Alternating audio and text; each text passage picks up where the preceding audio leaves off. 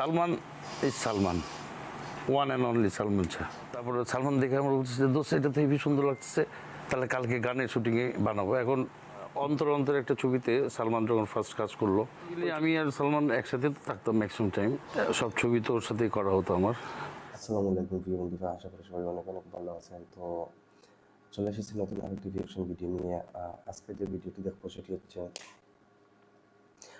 আমাদের প্রিয় নায়ক সালমান শাহ। সালমান শাহ নামটি আসলে প্রায় সময় সালমান শাহ নামের পাশাপাশি আরেকটি নাম আসে, কারণে অকারণে অনেক কারণে আসলে এই নামটি আসে। সালমান শাহ খুব ঘনিষ্ঠ একজন বন্ধু ছিলেন ডন, তো ডনের নামটি আসে। তো যাই হোক, আসলে সালমান শাহ এখন আমাদের মাঝে নাই, কিন্তু আমরা জানি যে সালমান শাহ শুরু থেকে একদম শেষ পর্যন্ত ডন তার সঙ্গী ছিলেন এবং মানে খুব ঘনিষ্ঠ বন্ধু ছিলেন। তো এই ডনের একটি ইন্টারভিউ, আমি আরেকটি ইন্টারভিউ রিঅ্যাকশন করেছি, এটি হচ্ছে ডনের দ্বিতীয় আরেকটি ইন্টারভিউ। আসলে সেই ইন্টারভিউটি অনেক ছোটো একটি ইন্টারভিউ ছিল, যার কারণে আসলে আরেকটি দীর্ঘ একটি ইন্টারভিউ পেয়েছি। তো ভাবলাম যে এই ইন্টারভিউটি আসলে একটু রিঅ্যাকশন করি, কারণ সালমান শাহকে নিয়ে কথাগুলো শুনতে এবং সালমান শাহ সম্পর্কে কথাগুলো শুনতে ভালোই লাগে। যেহেতু ডন সালমান শাহ খুব ঘনিষ্ঠ বন্ধু ছিলেন, তো ডনের কাছ থেকে আসলে আমরা অনেক মানে অথেন্টিক কথাগুলো আসলে আমরা জানতে পারবো। তো কথা না বাড়িয়ে চলুন আজকে ডনের এই ইন্টারভিউটি দেখে নেই। এবং এখানে আসলে সালমান শাহকে নিয়ে তিনি এই ইন্টারভিউতে সালমান শাহকে নিয়ে তিনি অনেক কথাই বলেছেন, সালমান শাহ অনেক না জানা কথাই বলেছেন। তো এই ভিডিওটি আসলে চলুন আমরা দেখে নেই এবং ভিডিও থেকে এবং ডনের মুখ থেকে আমরা আসলে সালমান শাহ সম্পর্কে আমাদের না জানা কথাগুলো চলুন জেনে নেই। তো অবশ্যই মানে এই ইন্টারভিউটি আমি দেখতেছি রোমিও বক্স ইউটিউব চ্যানেল থেকে, আর লিঙ্ক দিয়ে দিব ডিসক্রিপশন বক্সে, চাইলে সেখান থেকেও দেখে নিতে পারেন। তো যাই হোক, আর কথা না বলে চলুন আমরা ভিডিওটি দেখা শুরু করে দিই। এবারের আয়োজনে আমাদের না জানা গল্পের এই পর্বে আছেন প্রিয় খল অভিনেতা জনাব আশরাফুল হক ডন। আমরা এখন ডন ভাইয়ের সাথে অনেক না জানা গল্প নিয়ে কথা বলবো, আড্ডা দিব, গান শুনবো। ডন ভাই, কেমন আছেন আপনি? অনেক ভালো আছে আলহামদুলিল্লাহ। আপনাকে দেখলেই আমাদের সবচেয়ে মনের ভেতরে যে নায়কটা কাজ করে সালমান শাহ, ওনার কথা মনে পড়ে যায় এবং প্রতিটা সাক্ষাৎকারেই ওনাকে নিয়েই আপনার অনেকাংশ কথা বলার আগে। তারপরেও আজকেও আমরা কিছুটা শুনবো। আমার নিজের মনের ভেতরেই একটা জিনিস খুব গাইগুই করে, উনি 30 বছর আগে যে কস্টিউম ব্যবহার করে গেছে সিনেমাতে, এখনও সেটা মনে হয় যে আজকেই এই ফ্যাশনটা চলছে। তো এইটা কিভাবে সম্ভব? উনি কি দেশের বাইরে থেকে শপিং করতো? বেসিক্যালি আমি আর সালমান একসাথে তো থাকতাম ম্যাক্সিমাম টাইম, সব ছবি তো ওর সাথেই করা হতো আমার। আর ম্যাক্সিমাম ড্রেসগুলো হচ্ছে যে আমি আর সালমান নিজেই চুজ করতাম। তারপরে হচ্ছে যে আমিও কিছু ড্রেস ডিজাইন করতাম, ভাবিও কিছু ড্রেস ডিজাইন করতো। আমরা তো পার্সোনালি একজন দর্জিকে বাসাতেই রেখে দিতাম মেশিন সহ।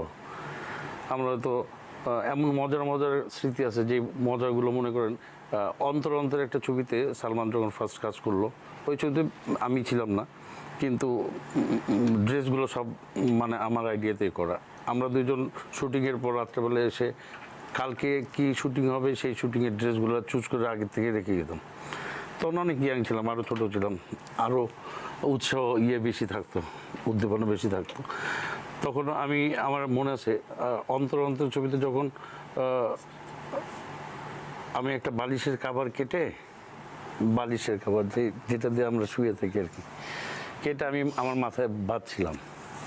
এটা দেখছিলাম আমি প্রায় 30-35 বছর আগে। ইয়ালগার ছবিতে হচ্ছে যে সঞ্জয় দত্ত পড়েছিল। জি জি।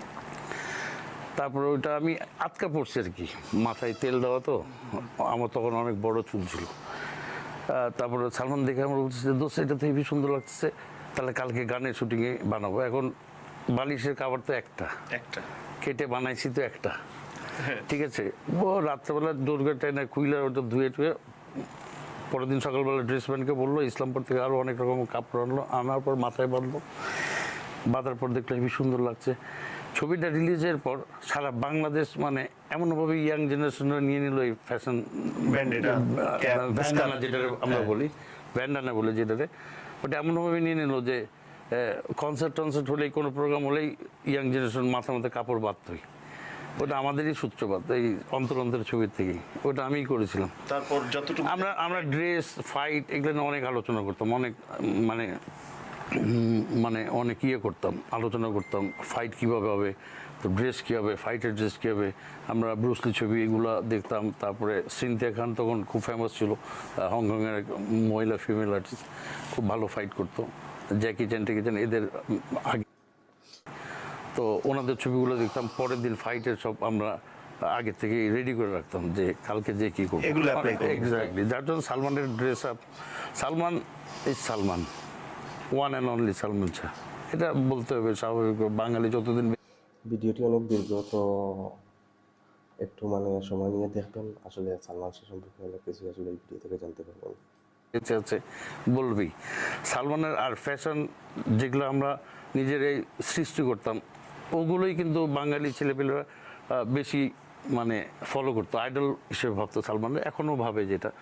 তারপর আরেকটা পর্যায়ে আসলো, মনে করেন কি ছবিটার নাম ভুলে গেলাম, ওই ছবিতে সালমান ফতুয়া পড়া আরম্ভ করলো। এবার ফতুয়া পড়াটা আরও মজার, ইন্টারেস্টিং। সেটা হচ্ছে যে আচ্ছা, ওই যে ড্রেস ডিজাইনার, আমি একটা দর্জিরে বাসায় রেখে দিয়েছিলাম খালি আমাদের ড্রেস বানানোর জন্য। এখন ভাবি বলছে যে ডন ভাই আমার পর্দাগুলো চেঞ্জ করতে বলছে। আমি পর্দার কাপড়টাই বেশি সুন্দর, আমি ড্রেস প্যান্টে বললাম, মানে আমাদের এক্সপেরিমেন্টের জন্য। খুবই মজার বিষয় তো। নতুন কাপড় কেটে কে এক্সপেরিমেন্ট করবে, পর্দার কাপড় কেটে ফতুয়া একটা বানাইছি আর কি।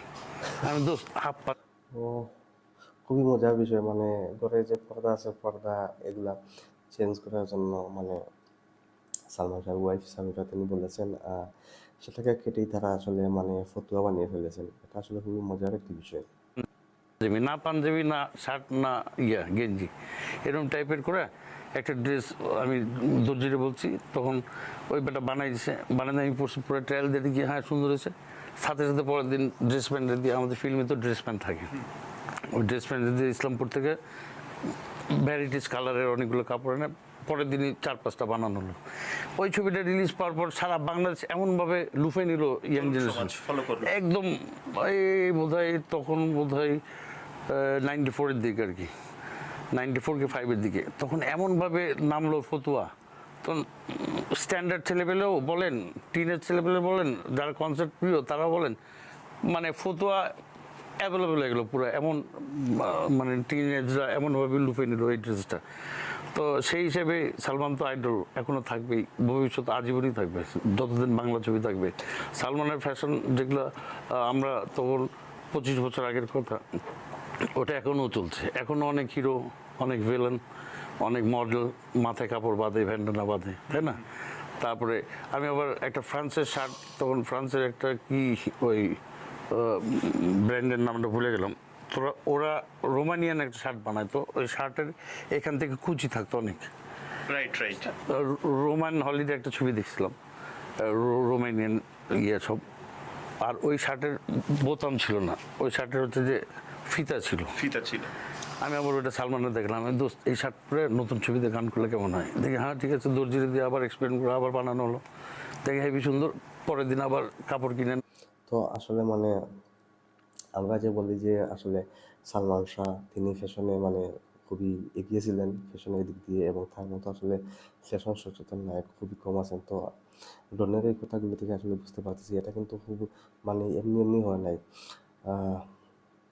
সালমান শাহ এবং তার যে টিম, আমি আসলে তার মানে টিমই বলবো, তো ওনার যে টিম আছে তারা আসলে সবসময় এই ফ্যাশন নিয়ে, এই পোশাক নিয়ে, এগুলো নিয়ে আসলে গবেষণা করতেন এবং এক্সপেরিমেন্ট করতেন।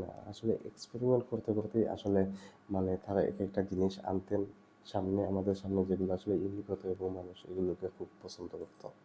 আবার বানানো, এভাবে ফ্যাশন ডেভেলপ করছে আমরা। আসলে একটা জিনিস নিয়ে যখন আপনি চিন্তা করবেন তখন জিনিসটা ডেভেলপ হবেই, তাই না? অবশ্যই। মডিফাই হবেই। আপনি একটা শার্ট, এই শার্টটা মনে করেন আমি ডিজাইন করব, এই শার্টের পকেট নেই, আপনি তো একটা কিনছেন, পকেট নেই, আমি তো 2টা পকেট দিলাম, ঢাকনা দিলাম, আবার 2 ঢাকনাওয়ালা পকেট আছে, ওটা খুলে ফেললাম, একটা রাখলাম, তাহলে তো আপনার ডিজাইন হয়ে গেলো, রাইট? ডিজাইনটা ইজি জিনিস, কিন্তু গ্রহণযোগ্যতা পাওয়ার ব্যাপার আছে, স্ট্যান্ডার্ডনেসের ব্যাপার আছে, সৌন্দর্যের একটা ব্যাপার আছে, তাই না? ড্রেস ডিজাইন করলেই তো হলো না। সালমান তো ড্রেসের দিক থেকে ওয়ান অ্যান্ড অনলি বললাম আমি। ও ফ্যাশন সচেতন, এখনো সালমানের ফ্যাশন হিরোরা ফলো করে। কিন্তু তাও তো এখনকার হিরোরা সেই ফ্যাশনের জায়গাটাতে নাই, আমরা যে যে লেভেলে প্রত্যাশা করেছিলাম। আমি একটা উদাহরণ দিই, ছোট্ট উদাহরণ দিই। আমি আমাদের আর্টিস্ট সম্পর্কে খারাপ বলতে চাচ্ছি না, কিন্তু উদাহরণ দিচ্ছি। সাপোজ আপনি রানী মুখার্জি কিংবা ক্যাটরিনা কাইফ কিংবা মাধুরী দীক্ষিত চিকন পাজামা পরলো, একটা চিকন সালোয়ার কামিজ পরলো, ঠিক আছে, কিংবা শর্টস পরলো একটা ছোট্ট, এরকম অনেক আছে ক্যাটরিনা কাইফের, মাধুরীর। অ্যান্ড এই শর্টসটা যদি ময়ূরী পরে তাহলে তো মানাবে না, না, রাইট কি রং?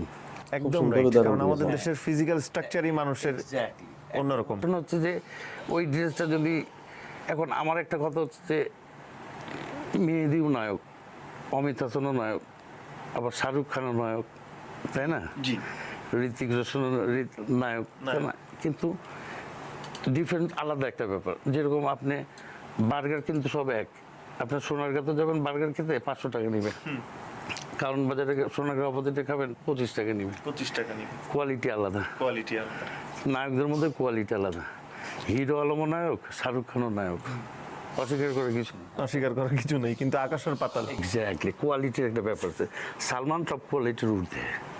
বাংলাদেশের প্রেক্ষাপটে, বাংলাদেশে বলেন যেখানেই বলে, ডনের কথাগুলো শুনলে আসলে মনে হয় যে খুব মানে ওনার ছিল, খুব ভালো একজন জ্ঞানী ব্যক্তি ছিলেন। যদিও আসলে তিনি আসলে সালমান শাহ মৃত্যুর কারণে মূলত ডন অনেক পিছিয়ে পড়েছিলেন। সালমানের ড্রেস ডিজাইন ড্রেস তার ব্যাখ্যাগুলো কিন্তু খুব fashionable, hair style, everything, yes, সব কিছুই কারণ টোটালি ডিফারেন্ট না। এখনও যে হিরোগুলো কাজ করছে এক্সেপ্ট সাকিব, সাকিব এখন এসে সাকিব খান হয়েছে একটা বিশাল ব্যাপার, তাই না? এর মানতে হবে। সচেতন হয়েছেন। এক্স্যাক্টলি, কেন হয়েছেন সচেতন? সাকিব দেশ বিদেশ ঘুরছে, সাকিব দেশ বিদেশ শুটিং করছে, বোম্বের সাথে কাজ করছে, ইন্ডিয়ানদের ক্যালকাটার সাথে কাজ করছে, মাদ্রাজিদের সাথে কাজ করছে, ওদের ফ্যাশন ড্রেস ডিজাইন দেখছে, কালেকশন করতেছে, কারণ ও তো ম্যারিড একটা ছেলে, খুব ব্রেনি, তাই না? ও এখন ড্রেস আপ যথেষ্ট সচেতন, যেগুলো মনে করেন এখনকার অন্যান্য নায়কগুলো করতে পারছে না। আর সাকিব খানেরই আমি সবচেয়ে এক্সপেন্সিভ ড্রেস আপ করে। এই এক্সপেন্সিভ ড্রেস আপ কেন করে? ও জানে যে এটা ওর জন্য প্রযোজ্য, আর এটা দিয়ে হচ্ছে যে ও আরো 5 বছর এগিয়ে নিয়ে যাবে বাংলাদেশ ফিল্ম ইন্ডাস্ট্রিকে, তাই না? কারণ কি ফ্যাশন সচেতন। সাকিবের, আমি লাস্ট ছবি সাকিবের সাথে আমার প্রিয়তমা, আপনার প্রিয়তমার গেট আপ ড্রেস আপ দেখেন, টোটাল ড্যাম স্মার্ট, সুন্দর। এখন আসছে রাজকুমার, আরো আরো আরো ডেভেলপ, আরো নেক্সট ছবি আসবে, আরো ডেভেলপ হবে। আপনি যদি ডেভেলপমেন্ট করতে চান নিজেকে, তাই না, তাহলে তো ডেভেলপ হবেই জিনিসটা, কম হোক আর বেশি হোক। এক্স্যাক্টলি।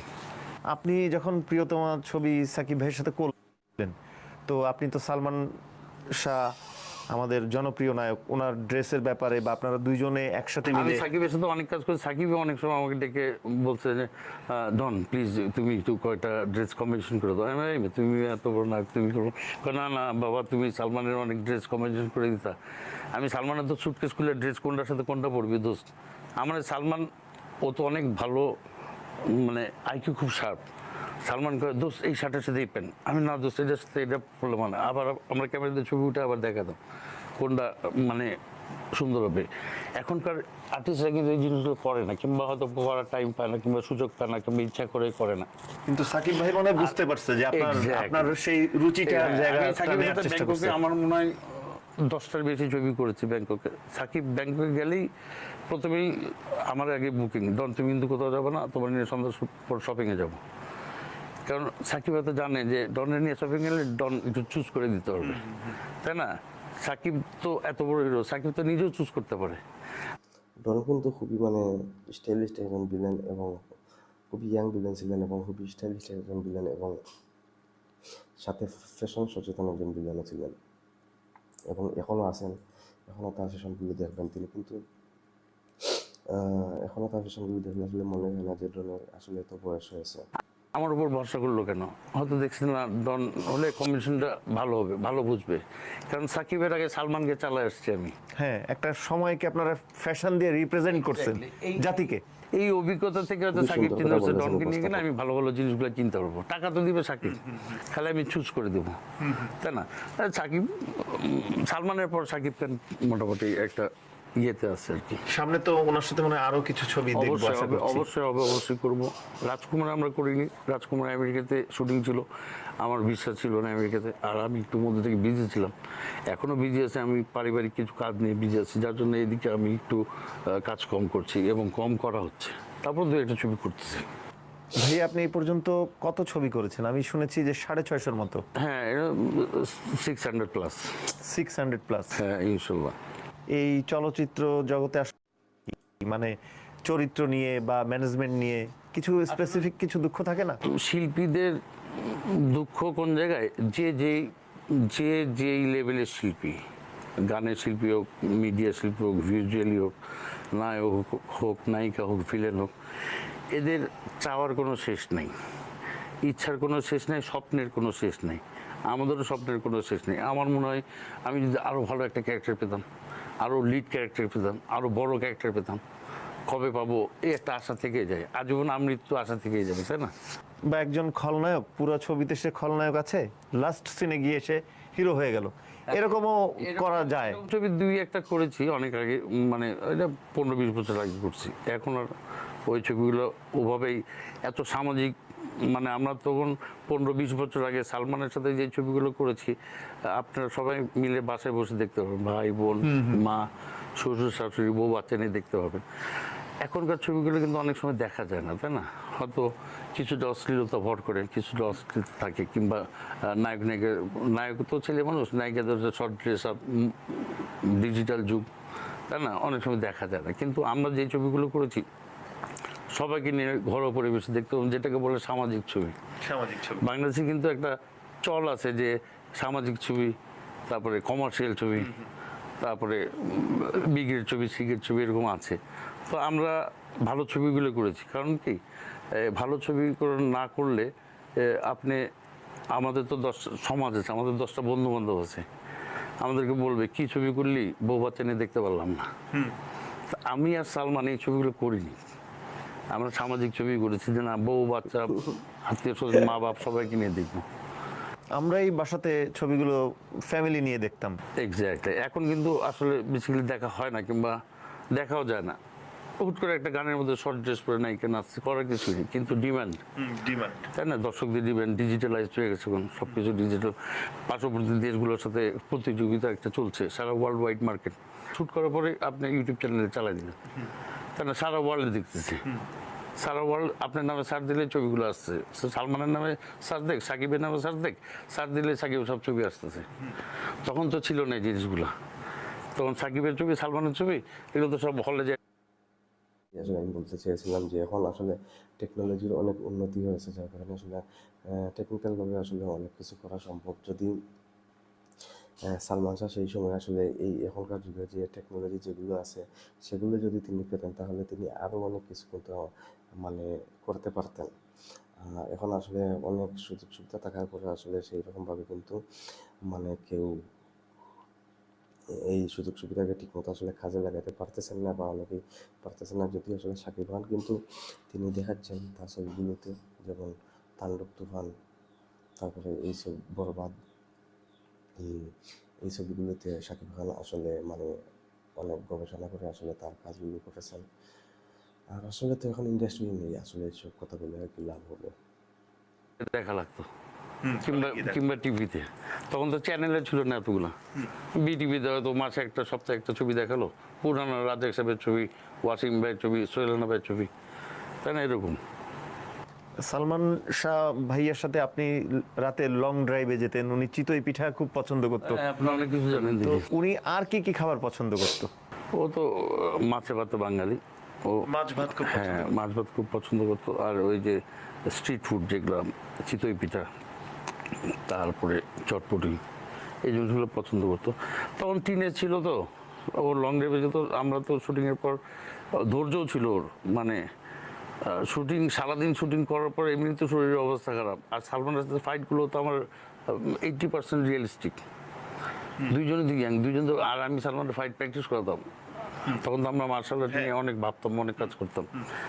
25 বছর আগে আমরা, এখন 50+, 25 বছর আগে ইয়াং ছিলাম, আরো ইয়াং ছিলাম, তাই না? তখন তো রিয়েলিস্টিক ফাইট বেশি করতাম, খালি ফেসে বাদে, খালি আমার মুখে মারতো না কিংবা আমি মারতাম না মুখে, এগুলো আমরা মানে নিজেদের ইয়ে দিয়ে করতাম, কারিশমা দিয়ে করতাম, কিন্তু বডিতে গায়ে যেগুলো হিটগুলো হতো একদম সব রিয়েল। আমরা তো এক ছবিতে সালমান মারলো ফ্লাইং কিক, এখন ওইটা ফাইট ডিরেক্টর বলে দিল যে ডন এটা রিসিভ করতে পারবে না, কিন্তু সালমান খালি উড়ে আসবে, তুমি কিন্তু সরে যাবা। আর আমি সালমানের কাছে দূর বেটা মার, বাদ এটা দেখতেছি, আমি ম্যানেজ করার দায়িত্ব আমার। সালমান মারছে, বুট পড়া ছিল, ছবির নাম হচ্ছে যে ভুলে গেলাম এই মাত্র, ফ্লাইং কিকটা যখন করলো না, দু পা দিয়ে তখন বুকের মধ্যে মারছে, আমি পড়ার পর আর কিছু খুঁজে পেয়ে না, খুঁজে দেখি যে লাইট জ্বলছে সব, মানে আমার হসপিটাল নিয়ে গেছে। কিন্তু কিন্তু আমরা রিয়েলিস্টিক করতাম বেশি, ভেঙে টেঙে পড়তাম সব অরিজিনাল। আমার তো লক্ষ লক্ষ হাজার হাজার কাটাকাটির দাগ আছে, মানে অ্যাক্সিডেন্ট হতোই। খুবই মজার বিষয়। তারপর আমরা এতভাবে কাজটার এত ভালোবাসতাম যে আমরা দামি খুব কমই দিতাম। সালমান তো একবার এফডিসির ফ্লোরের উপর থেকে লাফ দিয়ে পায়ের গোড়ালিতে অ্যাক্সিডেন্ট হয়ে গেল একবার। সালমান একবার ব্যাক সামারসল দিতে যায়, ব্যাক বনে লাগলো।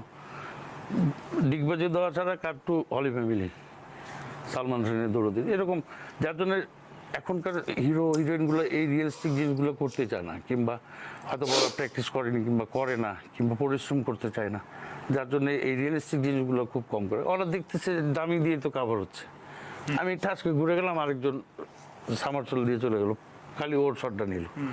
কিন্তু আমরা নিজেরাই করার চেষ্টা করতাম বেশি, তখন তো ম্যানুয়াল সব কিছু। আবার এখন টেকনোলজি হাই হয়েছে, কিন্তু টেকনোলজি অনেক আগে আমরা ছোটবেলায় যেমন শুনতাম Arman fighting group, Jambu fighting group, এখন কিন্তু ফাইটিং গ্রুপগুলো কমে গেছে, বা গ্লাস ভেঙে ঢুকে যাওয়া, দেওয়াল ভেঙে ঢুকে যাওয়া, এই লোকগুলো আমি আমার অ্যাক্সিডেন্ট হচ্ছে, কিংবা আমার ড্রেস পরে যে ডামি দিচ্ছে, এদের অনেক অ্যাক্সিডেন্ট দেখছি আমি, যে হয়তো সাকিব মারলো, আমি হচ্ছে যে গ্লাস ভেঙে আরেক জায়গায় যে পড়বো, আমি খালি মুভ করলাম, মুভ করার পর গ্লাসের ওই পারে ক্যামেরা, যে গ্লাসটা ভেঙে পড়বো আমার ড্রেসটা পড়বে।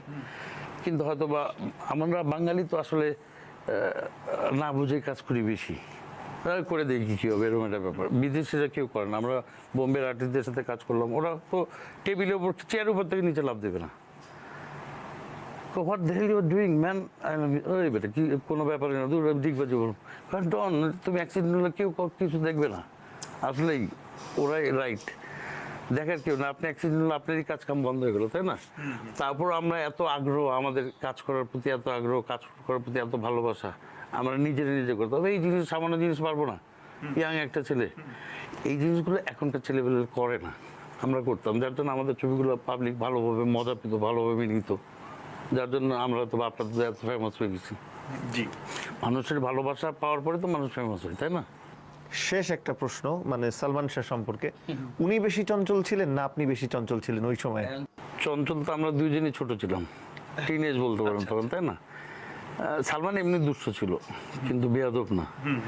দুষ্ট আলাদা জিনিস, বেয়াদব আলাদা জিনিস। এক্স্যাক্টলি, সালমান দুষ্ট ছিল।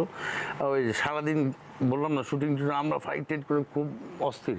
তারপরে সালমান রাত্রেবেলা ভাত টাত খেয়ে একটু বেরোবেই গাড়ি নিয়ে, লং ড্রাইভে যাবে, বেরোবেই, মানে মাপ নেই। আর বৃষ্টি হলো তো আরও কথা নেই, রাত 2টার সময় বৃষ্টি হলে বেরোবেই, বের হবে। হ্যাঁ, কারণ ওর একটা গাড়ি ছিল স্যারা, ওই গাড়িতে হচ্ছে যে ছাদটা ছিল গ্লাসের, দরজা। হ্যাঁ, রাইট। তো যাই হোক, ওই গাড়ি নিয়ে বের হলে কি, বৃষ্টি পড়লে মাথার উপর বৃষ্টি পড়তে, কিন্তু গায়ে পড়তেছে না, একটা আলাদা মজা। ফিলিংসটা, হ্যাঁ, রাত্রেবেলা বেরোবেই বৃষ্টি হলে, আর ঘুমের থেকে জোর করে উঠবে। আমি তো প্রায় চালানোর বাসাতেই থাকতাম। ও দুরন্ত একটা ছেলে, যা বলতে পারেন, স্মার্ট, দুরন্ত, ফ্যাশনেবল। ও মানে ইংলিশ স্পিকিং খুব, মানে খুব ভালো, প্রোনাউন্সিং খুব ভালো। আমি খুব কম ছেলে, বাঙালি ছেলেকে দেখছি এত ভালো ইংলিশ বলে, মানে ওকে ফেলতে পারবেন না সব দিক থেকে, অল স্কোয়ার। মানে আমি বললাম না, one and only Salman Shah. আমি সালমান শাহর নানার বাড়িতে গিয়েছিলাম, সিলেট দাঁড়িয়াপাড়া, হ্যাঁ, যে রুমে উনি থাকতো বা ড্রয়িং রুমটা, তো সব কিছু দেখে আমার বুকের ভিতরে হু হু করে কেঁদে উঠলো, মানে কোনো কথা বলতে পারছিলাম না। তো তারপর এক পর্যায়ে তার সিডি বা কিছু জিনিসপত্র এখনো আছে। উনি অনেক আপগ্রেড মিউজিক শুনতেন দেশ বিদেশের। আমরা আমরা শুনতাম তখন। হ্যাঁ, এগুলো তো আপনারা একসাথেই শুনতেন। তখন তো সিডি নতুন নতুন নামলো। নতুন নতুন নামলো, খুব দামিও, 200-300 টাকা বাংলাদেশি টাকায়, বা দেশের বাইরে থেকে আনতে হতো। আমরা সিডি কিনতাম, নতুন নতুন পঙ্কজের গজল শুনতাম। তারপরে একটা গান ছিল রিয়েল সুগার, ওটা হচ্ছে যে ইন্ডিয়ান ওই বাউল শিল্পীটার নাম কি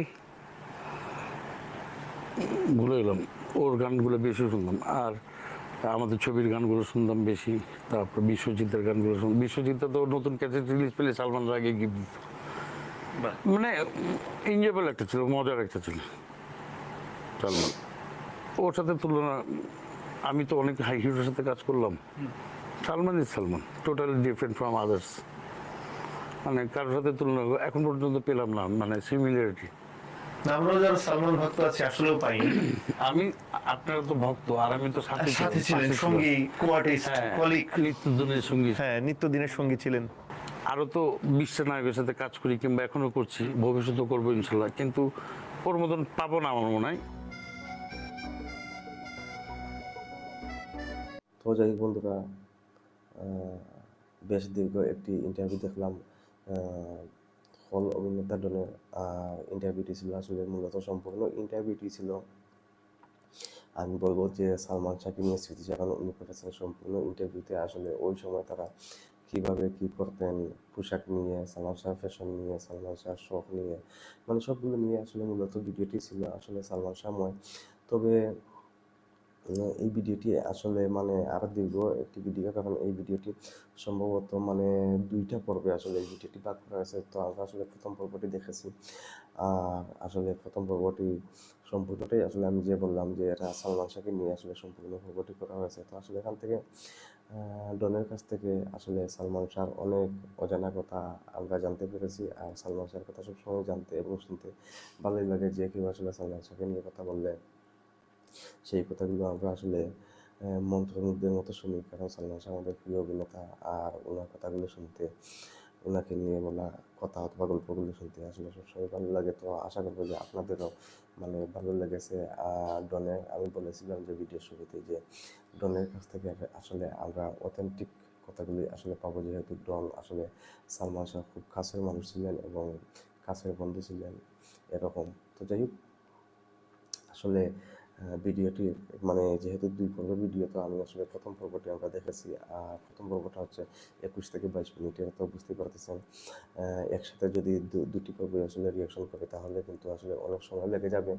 তো যদি আপনারা আসলে দ্বিতীয় পর্বটি রিয়াকশন হিসেবে দেখতে চান তাহলে কমেন্টের মাধ্যমে জানিয়ে দিবেন। আর আশা করি সালমান ডনের এই কথাগুলো নিয়ে যে ভিডিওটি, সেটি অবশ্যই আপনাদের ভালো লেগেছে এবং হয়তো আপনার স্মৃতিতে সালমান শাহকে বেশি উঠেছে। তো যাই হোক, যেহেতু ভিডিওটি অনেক দীর্ঘ হয়ে গিয়েছে, তো আর আসলে কথা বাড়াচ্ছি না, ভিডিওটি আর লম্বা করতেছি না। তো যাই হোক, আসলে আজকে পর্যন্তই। তো যাই হোক, আসলে আর কথা বাড়াচ্ছি না, ভিডিওটি এখানে শেষ করে দিচ্ছি।